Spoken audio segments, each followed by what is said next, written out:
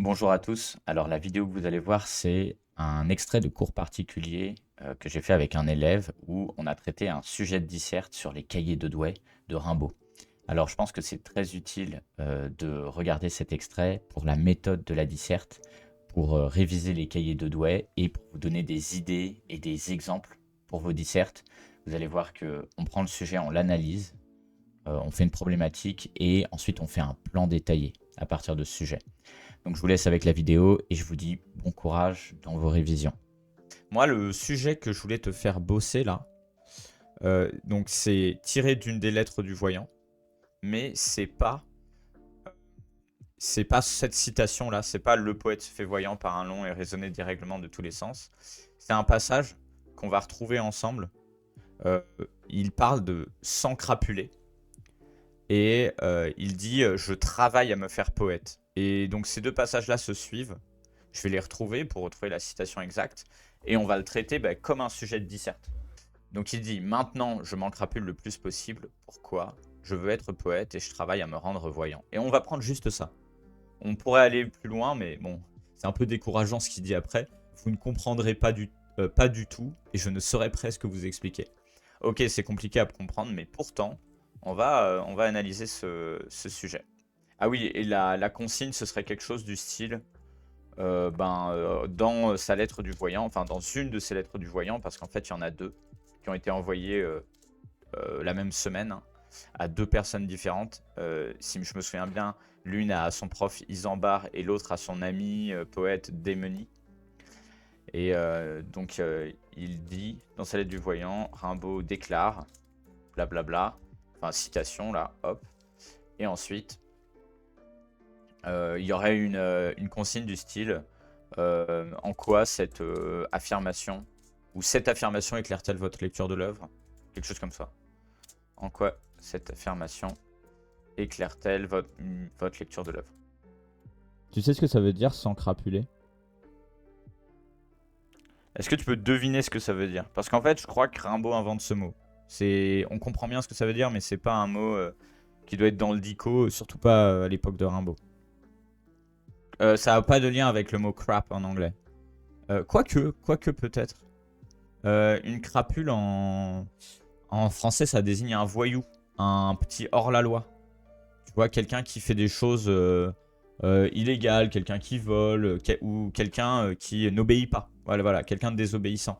En général, ça désigne plutôt des jeunes gens, une crapule.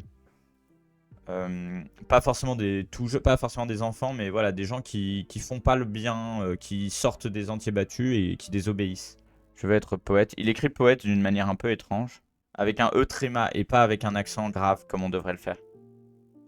En fait, il le vieillit, il lui donne une tournure un peu dandy, un peu coquette, élégante, pour le ramener à, je sais pas, un espèce de prestige.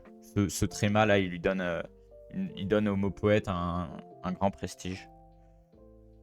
Et puis c'est un peu ironique aussi, tu vois, genre poète, ça invite à le prononcer de manière excessivement solennelle.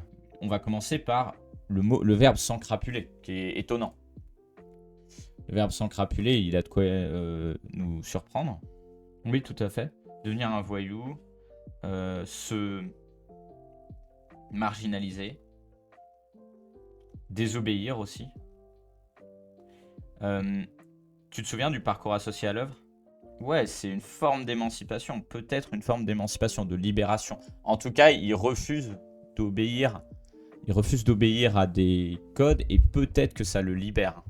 Ouais, c'est clairement une forme d'émancipation sociale qu'il réussit à trouver dans cet encrapulement. Mais donc ensuite, ça c'est pour la première partie de la citation. Tu vois, c'est une citation qui se divise assez clairement.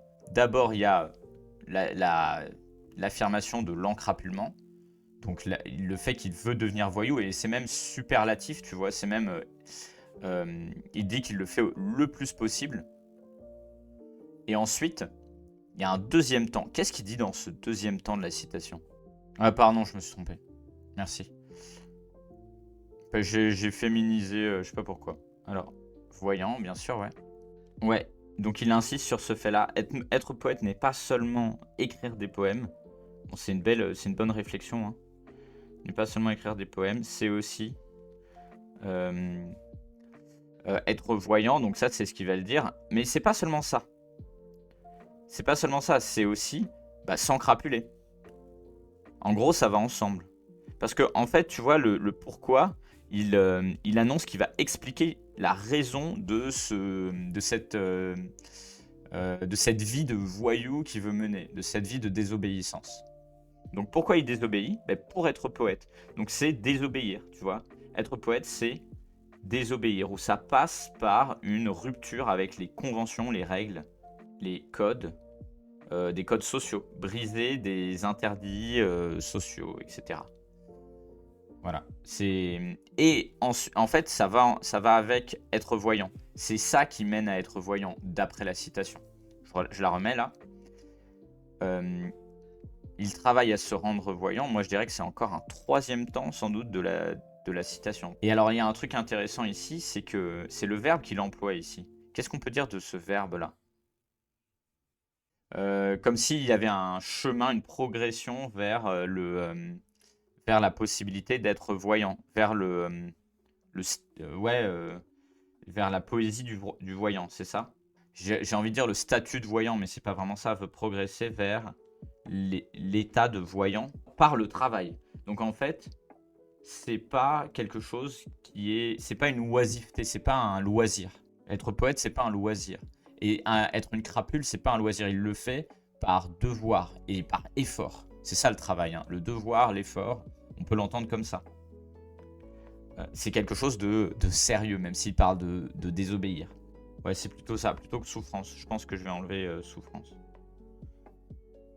Parce que le travail n'est pas nécessairement une souffrance. D'ailleurs, idéalement, c'est pas une souffrance. Même si c'est un mot qui vient de tripalium, qui est un instrument de torture. Et ensuite, le mot voyant. Bientôt, on aura terminé notre analyse, mais il faut qu'on se penche sur ce mot de voyant. Comment tu le comprends? On peut en dire beaucoup, hein, et en même temps, c'est assez difficile de l'analyser, je trouve, ce mot-là.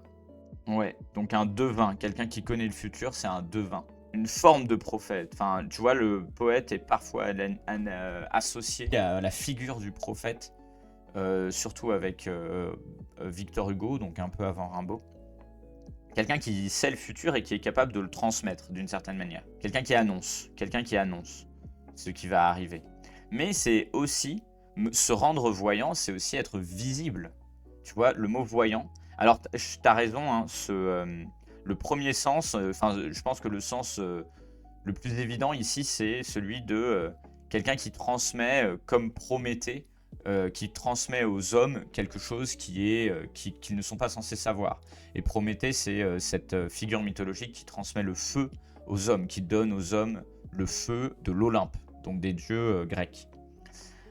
Donc c'est une figure prométhéenne, ok. Mais un élève m'a récemment rappelé que voyant, ça veut aussi dire qui se voit, qui est visible. Et bien peut-être que c'est ça aussi, être visible des autres. Être éclatant, visible, brillant, éclatant. Tu vois, brillant, quelque chose de brillant, ça se voit de loin. Être une star, être une étoile qui brillerait dans la nuit de la poésie. Bon, je pense qu'on a suffisamment analysé cette citation pour essayer de la reformuler maintenant. Que dit Rimbaud dans cette citation? Si on essaie de reformuler ces trois éléments, ces trois bouts de phrase là, celles que j'ai mises en vert, rose et jaune. D'accord, donc il veut un poète. Et alors, ça, tu peux d'ores et déjà dire qu'il y a quelque chose de surprenant, non? Et c'est étrange, c'est surprenant. Puisqu'en fait, la poésie respecte des règles, des conventions. Normalement, la poésie, c'est même, tu vois, c'est même un art qui s'est constitué à travers toute une série de conventions qu'il est bon de respecter pour faire de beaux vers. Des vers, surtout les vers classiques. Mais à partir de Victor Hugo, enfin pas vraiment à partir de Victor Hugo, mais Victor Hugo l'a très bien exprimé avec ce que je t'ai dit tout à l'heure, ce passage des Contemplations où il dit « J'ai disloqué ce grand niais d'Alexandrin ». Donc il ajoute qu'être poète ne signifie pas seulement écrire des poèmes. Ça, on pourra, tu vois, ce que j'écris là, on pourra carrément le garder pour notre analyse du sujet, c'est-à-dire la troisième étape de l'intro. Et là, il faut... Alors, je l'ai mis entre guillemets, t'as vu, voyant, parce que c'est le mot de Rimbaud, hein, il faut l'expliquer un peu. Comment on va reformuler comment on va reformuler le fait d'être voyant pour Rimbaud. Qui sait... En fait, c'est quelqu'un qui sait ce que les autres personnes, ce que les autres hommes ne savent pas. Quelqu'un qui transmet à l'humanité une chose cachée ou une chose méconnue. Alors, peut-être pas seulement le futur, hein, parce que le voyant de Rimbaud, il n'est pas seulement tourné vers l'avenir. Quelque chose d'inaccessible, on va dire. Et en fait, il est le seul à y avoir accès. Et pour y avoir accès, bah, en fait, cet encrapulement est nécessaire. Le fait de s'encrapuler l'aide dans cette mission qu'il considère comme un travail. Le fait de s'encrapuler est comme un outil, un moyen pour y accéder. Tu vois. S'encrapuler, je vais le mettre entre guillemets. Nous, on l'a déjà un peu reformulé en disant il ne respecte pas les règles. Hein. C'est important de le reformuler. Prouver que tu l'as bien compris. Le fait de s'encrapuler l'aide justement, ou est justement un moyen pour arriver à cet état, on peut dire cette création poétique. Comme ça, on retombe un peu sur le parcours associé, ou à ce mode de création poétique qui est tellement exigeant et tellement unique, tellement propre à Rimbaud, quoi. Ça, c'est l'analyse du sujet. Je l'ai assez rédigée là. On pourrait quasiment la reprendre telle qu'elle dans notre intro. Donc, pas au tout début. Hein. D'abord, il faut présenter l'œuvre. Il faut présenter le sujet rapidement. Mais ça, ce serait l'étape 3 de l'introduction. Petit rappel de l'introduction. Est-ce que tu sais comment on l'organise? Est-ce que tu te souviens comment on l'organise, l'intro? Ce que tu as dit, donc tu la connais par cœur, c'est très bien. Hein. Amorce, toi tu as dit amorce, on peut dire accroche. Alors là, je mets optionnel, mais en vrai, toi, je te le recommande fortement. Ensuite, plus important, ça c'est vraiment fondamental, présentation de l'œuvre et du sujet, analyse du sujet, ça c'est ce qu'on vient de noter. La problématique et l'annonce de plan, ça évidemment, ça va venir après. Mais la présentation de l'œuvre et du sujet, ça c'est rapide. Hein. On peut le revoir ensemble, mais en gros, il suffit de rappeler des choses comme la date de création. L'âge de Rimbaud, c'est intéressant. Ouais, 15-16 ans. Le contexte dans lequel il a écrit les cahiers de Douai. Tu peux peut-être, si tu le sens, tu peux peut-être dire que les cahiers de Douai ont été publiés contre le gré de Rimbaud, en fait, même sans qu'il le sache. Puisque lui, il avait demandé qu'on brûle ses cahiers, en fait. Hein. Et d'ailleurs, ça dit quelque chose déjà de la révolte de Rimbaud, de son émancipation.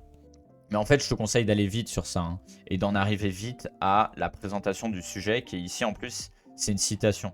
Donc, il faut recopier la citation sur ta copie. Ensuite, tu l'analyses. Donc ça, c'est l'étape 3. Et ensuite, problématique. Construisons ensemble une problématique. Alors moi, je te recommande de ne pas dire « nous nous demanderons comment cette citation de Rimbaud ». Je te recommande d'écrire quelque chose comme... en fait, de reformuler le contenu de la citation. Et d'ailleurs, aussi, si tu veux commencer par « nous nous demanderons », tu peux, évidemment, on peut faire une question indirecte. Mais ne dis pas « comment », dis plutôt « si ». Nous nous demanderons « si ». Comme ça, ça prépare une question par laquelle on va répondre par oui ou par non, une question totale.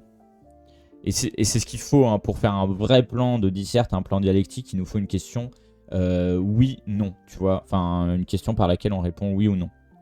C'est la meilleure option. Parce que là, tu vas pouvoir discuter ce en quoi. Pour discuter ce en quoi, il faut présenter d'abord le fait que oui, on est éclairé dans la lecture de l'œuvre et on va aller dans le sens de Rimbaud.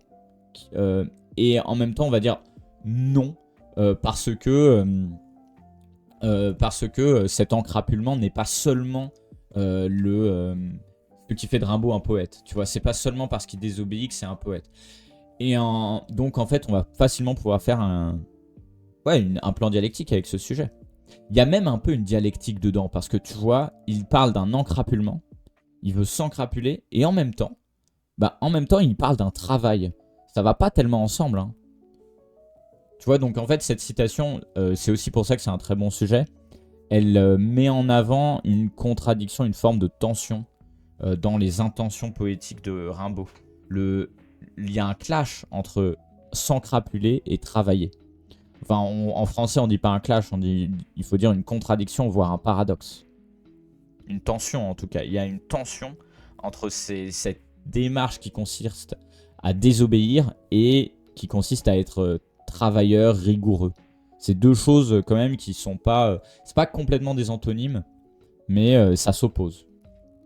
Et en fait, là, le sujet, enfin, la citation, c'est, si je le reformule autrement, c'est Rimbaud dit « Ma création poétique repose sur le fait de travailler à devenir un voyou, de travailler à désobéir, de désobéir consciencieusement et rigoureusement. » Et ben, on va tout simplement mettre ça en question. Nous nous demanderons si la création poétique de Rimbaud repose sur... Donc repose, tu vois ce que ça veut dire, se fonde sur, se base sur, repose sur... Soit on dit son encrapulement et on le met entre guillemets, soit on le reformule en disant repose sur une capacité, une faculté à désobéir. Et là, on n'a pas trop parlé du voyant, donc si on veut vraiment faire une question complète, on pourrait dire si la création poétique visionnaire de Rimbaud. Parce que en fait, c'est impossible de reformuler voyant. Si Rimbaud a utilisé ce mot, c'est pas par hasard, donc c'est parce que les autres mots sont moins bien. Mais donc on peut dire peut-être la création poétique moderne, originale, visionnaire, ambitieuse. Ouais, non, ambitieuse, c'est pas terrible. Ou sinon, non, ouais, tu sais quoi, on va garder le mot. Et en fait, on va remplacer Rimbaud par voyant. On va dire du voyant. Ou du poète voyant, on peut dire ça. Du voyant. Et on le met bien entre guillemets. Et donc voilà, à désobéir, ici, ça veut dire à s'encrapuler. Enfin, c'est notre manière de reformuler s'encrapuler. On aurait pu dire à briser les règles. À désobéir, tu vois, ici, on peut mettre à briser les règles. C'est une formulation qui est intéressante aussi parce que dans le grand 1, on va voir en quoi briser les règles, c'est vraiment source d'inspiration pour Rimbaud, source de création, d'originalité poétique. Et d'une forme de vision unique. Tu vois, voilà, le voyant, c'est celui qui a une vision unique. Très spéciale. Ouais. Et pour faire notre plan, on va... Tu te souviens des termes que je t'avais proposé, que je t'ai déjà proposé. Tu peux commencer par en premier lieu, mais moi d'habitude je fais plus simple encore. Mais tu peux utiliser le en premier lieu, ça pose aucun problème. Mais voilà comment je le présente souvent. Ça te dit quelque chose ou pas Il est vrai que, mais en fait. Il est vrai que grand 1, donc il est vrai que idée du grand 1, mais idée du grand 2, en fait, idée du grand 3. Et puis je propose des alternatives, tu vois, si tu veux pas le il est vrai que, tu peux mettre certes, virgule, grand 1, ou cependant, virgule, grand 2. Mais le grand 1, je le commence avec un certes, et là on va aller dans le sens du sujet. Donc dans le sens de la thèse de Rimbaud. Certes, la création de Rimbaud, ou la poésie de Rimbaud brise les règles, ou est désobéissante. D'ailleurs, il met souvent en scène, ça, on va penser à des exemples, il met souvent en scène quelqu'un d'un peu provocateur, tu vois.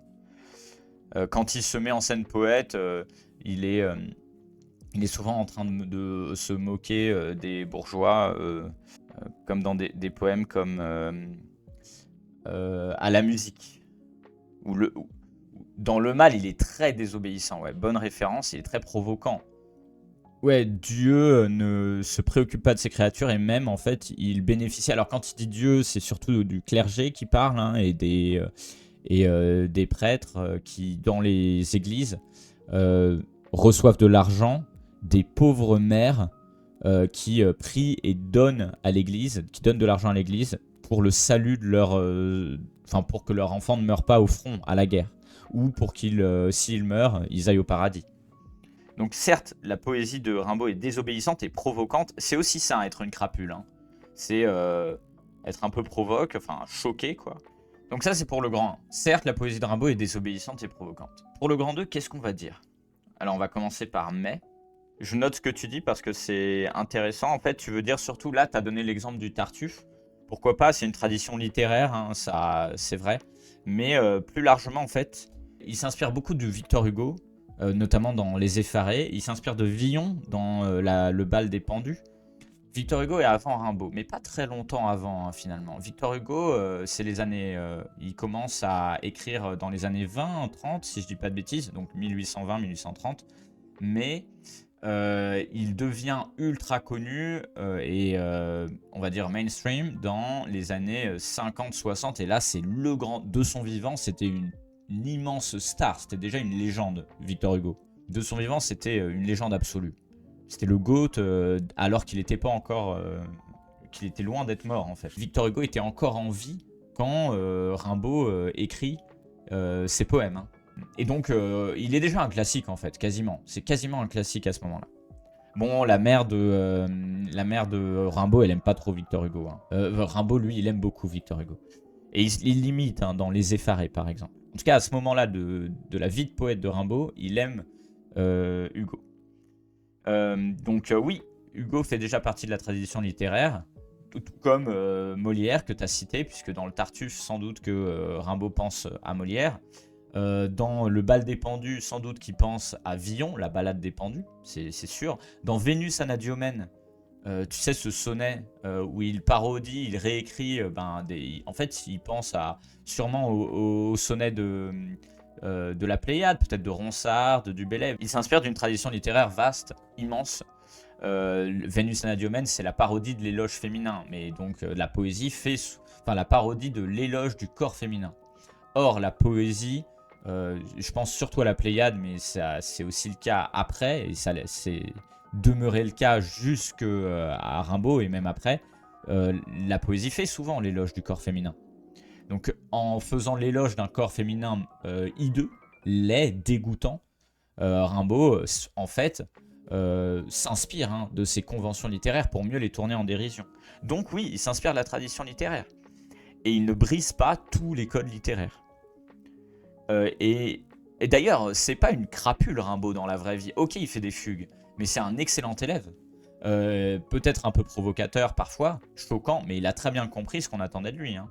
Vous avez peut-être vu ça en classe, mais il est hyper fort dans plein de matières comme le latin.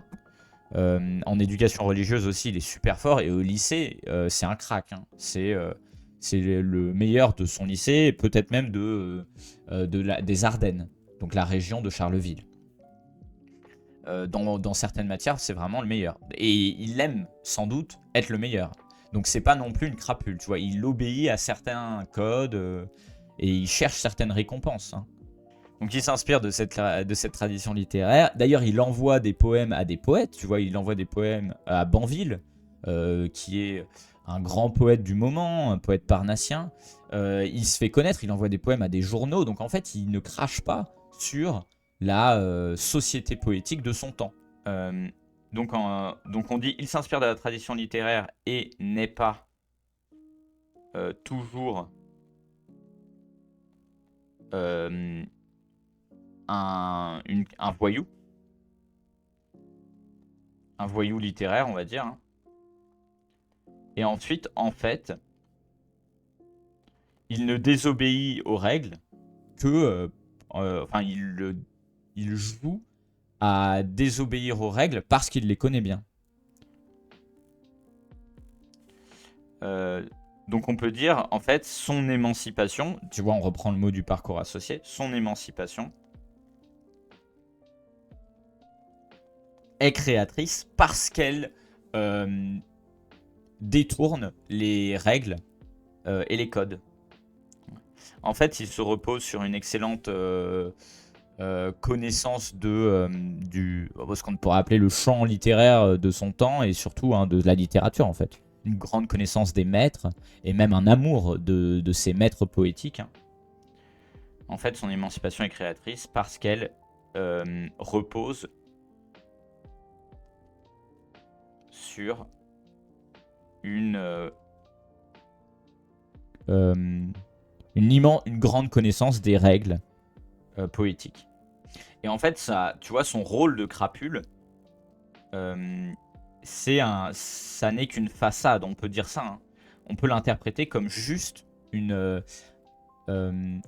un personnage qu'il joue pour trouver de l'inspiration, pour s'inspirer.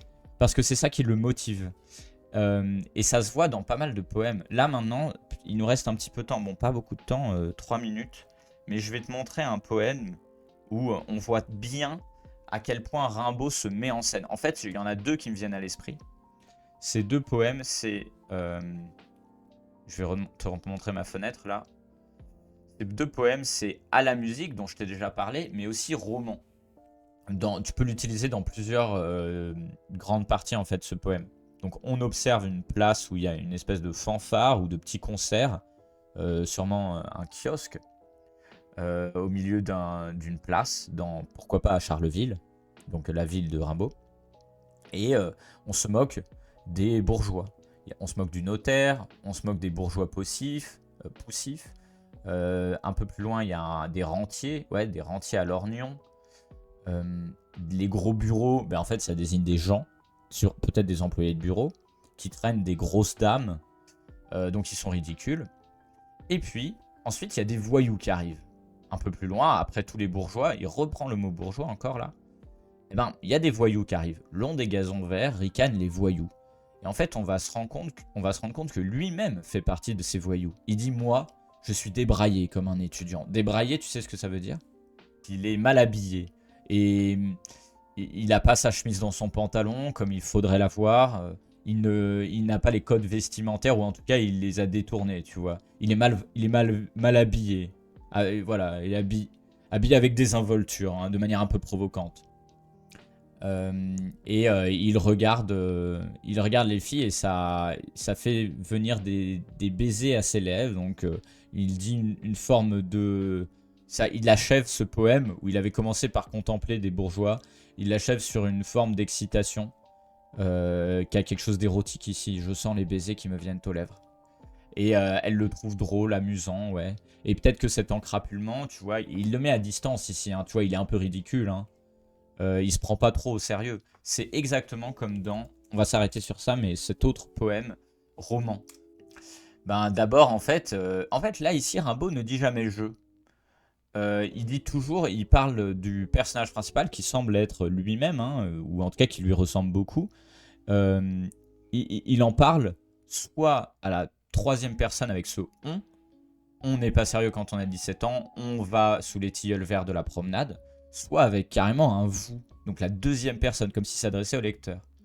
Le vous, il intervient plutôt à la fin. Comme elle vous trouve immensément naïf, je crois bien que c'est le premier vous du poème ici, hein. Et il continue, vous êtes amoureux, loué jusqu'au mois d'août, vous êtes amoureux, vos sonnets la font rire. Donc tu vois, la fille qui vient de rencontrer se moque de sa poésie. Vous êtes mauvais goût. Donc il s'éloigne de ses amis, hein. Tous vos amis s'en vont, petite marginalisation. Mais tout ça est assez délicat. Donc en fait, on voit que l'encrapulement de Rimbaud, c'est une posture. Tu vois, c'est un style, un genre qui se donne. Et c'est très clair dans ces poèmes-là. Donc ça peut nous aider pour le grand 3. Ouais, c'est une excellente question à se poser. Tu me demandes pourquoi Rimbaud devient un voyou, pourquoi est-ce qu'il désobéit, s'encrapule, pourquoi est-ce qu'il se marginalise. Et puis d'ailleurs, c'est intéressant de le comparer comme tu le fais à Des Bon, même si Des c'est un personnage de fiction, hein, de papier, alors que Rimbaud existe, enfin a existé et existe. En fait, pour répondre à ta question, je pense, mais on pourrait en parler pendant hyper longtemps et il y a plein de débats à ce sujet. Enfin, en tout cas, chacun peut forger son opinion sur pourquoi Rimbaud est marginalisé alors qu'il a que 15 ans. Pourquoi est-ce qu'il se révolte? Bon, je crois qu'il étouffe. Je crois qu'il est asphyxié par la vie qu'il mène, par la tyrannie domestique qu'il vit à la maison. Parce que sa mère même s'ils s'aiment à leur manière, sa mère et lui, en fait, elle est très contraignante, despotique, très stricte et rigoureuse. Et Rimbaud, lui, il rejette cette autorité-là, de même qu'il rejette beaucoup d'autres autorités, celle de l'école, enfin la plupart des autorités scolaires, pas celle de son prof Isambard qu'il adore, hein, mais c'est pas une relation d'autorité qu'ils ont, hein, en fait ils deviennent très vite amis. Donc ouais, par rejet de l'autorité, surtout de l'autorité stupide. Il rejette aussi des forces sociales comme la bourgeoisie, tu vois, c'est comme on a vu dans le poème qu'on vient de voir, la bourgeoisie de son temps, il la déteste, il la méprise. Je pense qu'il rejette particulièrement ça. Il rejette aussi les pouvoirs religieux et politiques, comme Napoléon III, hein, qui déclare la guerre à la Prusse pour sauver son pouvoir. Hein. Parce que c'est pas une fausse guerre, hein, la guerre à la Prusse, mais tout le monde sait dès l'époque de Rimbaud, mais ça a été encore plus analysé après par les historiens, qu'en fait Napoléon III déclare la guerre principalement pour sauver ses fesses, pour ne pas être destitué, pour rester au pouvoir. Donc Rimbaud, il déteste ça. Je sais pas s'il a une compréhension politique très fine de tout ça, mais il déteste les autorités. Et il veut se sentir libre. Tu vois, il a une grande soif de liberté. Je pense qu'à l'époque des Cahiers de Douai, c'est ce Rimbaud-là. Mais à mon avis, il y a beaucoup de choses qui m'échappent. Hein. Et tu peux te forger aussi ton avis en lisant les Cahiers de Douai, en t'informant sur la vie de Rimbaud. Ouais, voilà, c'est ça, il étouffe, tu vois. Il étouffe. Si je devais le résumer en un mot, ce serait ça. Et c'est pour ça qu'il a besoin d'une émancipation. Et la poésie lui offre cette émancipation.